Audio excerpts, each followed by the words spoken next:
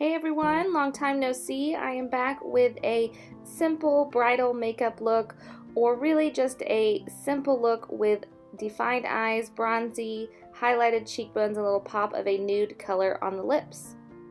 First of all, let's tuck this hair back, get it out of the way, and then let's kind of see what we have to work with as far as our base, what we need to repair on our face. I was playing on the floor with my puppy dog Jody, and she scratched my forehead a little, and I had this random red spot on my neck. And so just a little quick evaluation of what we needed to work on. Obviously those dark circles. Spraying my face with a little Valjean Labs Hydrate face mist, prepping my lips with some Carmax. And here I am going with my favorite concealer by MAC, Pro Longwear. I do have two shades. I have shades NC25 and shade NC20. One is brighter. It will be used under the eyes. The darker one, NC25, you'll see me picking up some product here, is going to be used for everywhere else on the face. It's a true skin tone color for me.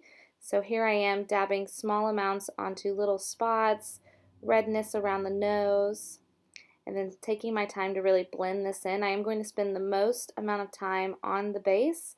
I really want to make sure I have covered any imperfections, blurred out pores and pigmentation, and given me a nice even canvas to work with.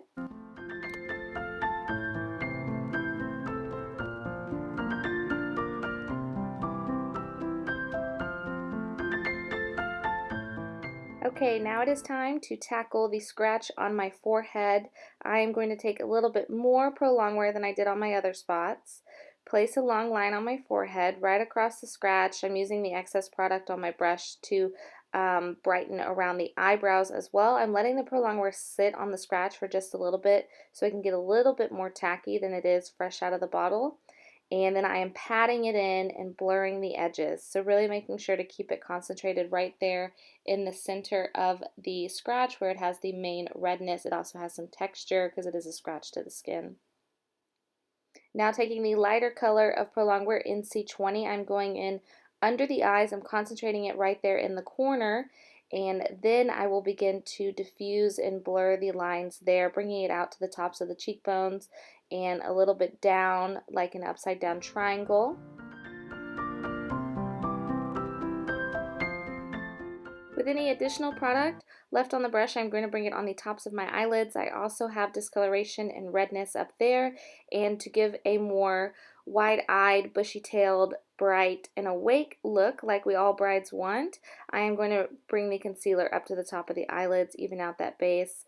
I have a little redness on my nose still, so I'm applying some around my nose as well. Not adding any more product, just shearing it out.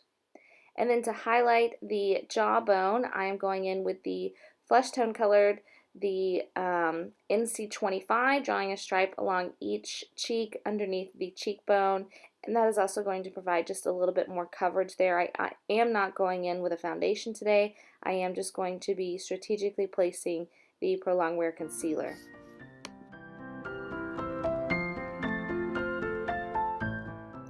To use any residual product on the brush here, I'm going to swipe it across my earlobes. My hair will be down today, so I don't need perfect coverage on the ears, but I do want to make sure they do not get red at any point. Now picking up a little bit more product, I am going to spot conceal that red spot on my neck. I'm going to really press it in with the brush and then blur the edges with the Beauty Blender. Next, I am getting a better look in my vanity mirror, making sure everything is seamless and perfectly blended. Step one to a perfect base is to have it perfectly melded in with your skin. So I'm just doing a little bit of extra buffing here. Again, you should take your time with your base. Make sure you don't have a neck demarcation and that spot down there is concealed. Now to brighten and prime my eyelids, I'm going in with Trish McEvoy's Eye Base Essentials in the shade Bare. This is a great tool if you want to prime and also apply an all-over brightening shade to the lid. Again, I have high discoloration on my eyelids, so when I do this, it really brightens my eyes. It also maintains and controls oil throughout the day, so if you have any trouble with eyeshadow lasting or just oily lids, this is a great tool.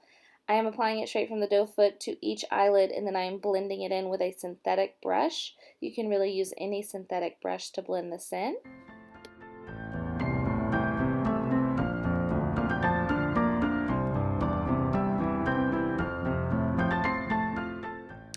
Next, we are going to set. I'm using a little bit of the MAC Mineralize Skin Finish in the shade Medium.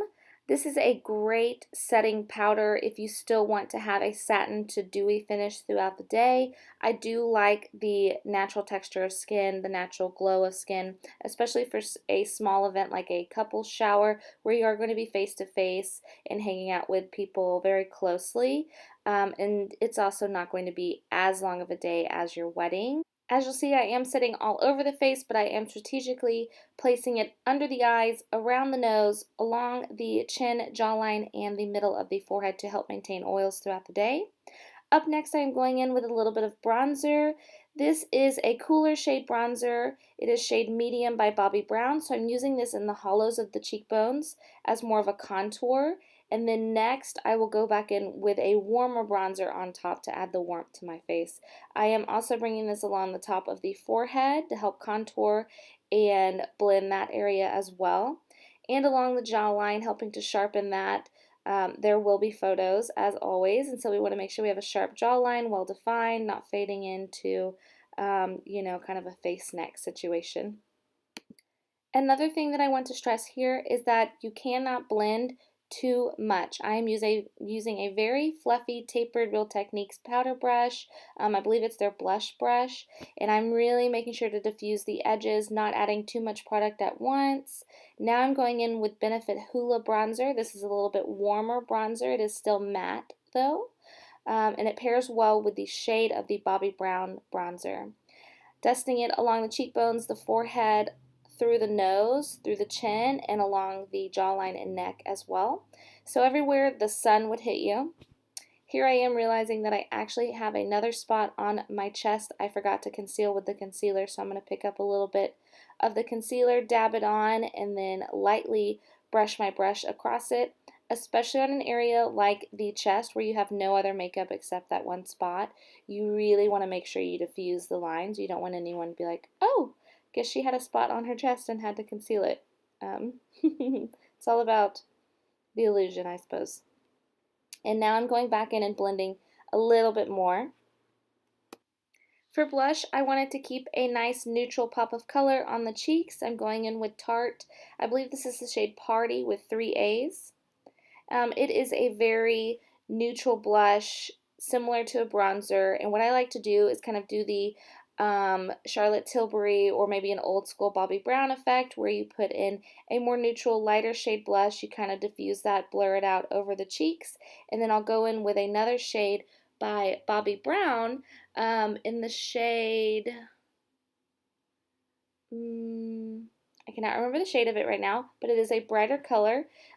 Nectar. Nectar is the shade, and I'm going to tap that right in the center of the blush that I put on. So I think Charlotte Tilbury calls it Swish and Pop. Pop of color right in the center. Get a nice little ombre effect. Obviously, we need a good highlight for the day. My ultimate all-time favorite highlighter is from Flower Beauty. It is in this trio face palette with bronzer, blush, and highlighter. The bronzer and blush to me are a little chalky. The blush itself almost looks like nothing when you put it on. And RIP to this palette because I did actually drop it during my bachelorette party and it is gone. But the highlighter did not break, so I'm just carrying around a mostly empty palette with the highlighter still in there. It is the most iridescent, beautiful, finely milled highlighter. I'm just putting it on the top of the cheekbones, tip of the nose. Crawford is in here. You'll see Crawford pop in and out of this video a little bit today because we're trying to decide, well, he's trying to decide what he wears to the shower. I'm going in with my favorite clear brow gel by Rimmel, Brow This Way, just to brush my hairs up and out so they look a little more organized and will stay in place throughout the day.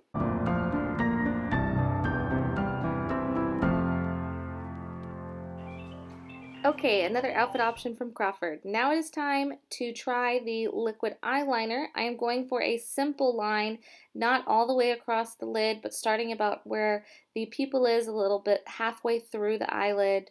While I am applying this liquid liner, which normally takes a lot of intense focus and concentration, I am also on hold trying to find a dog sitter or a boarder for Jody. So in true bridal fashion, I am multitasking while doing my liquid liner. All of you brides and girls out there, I'm sure you can relate to this.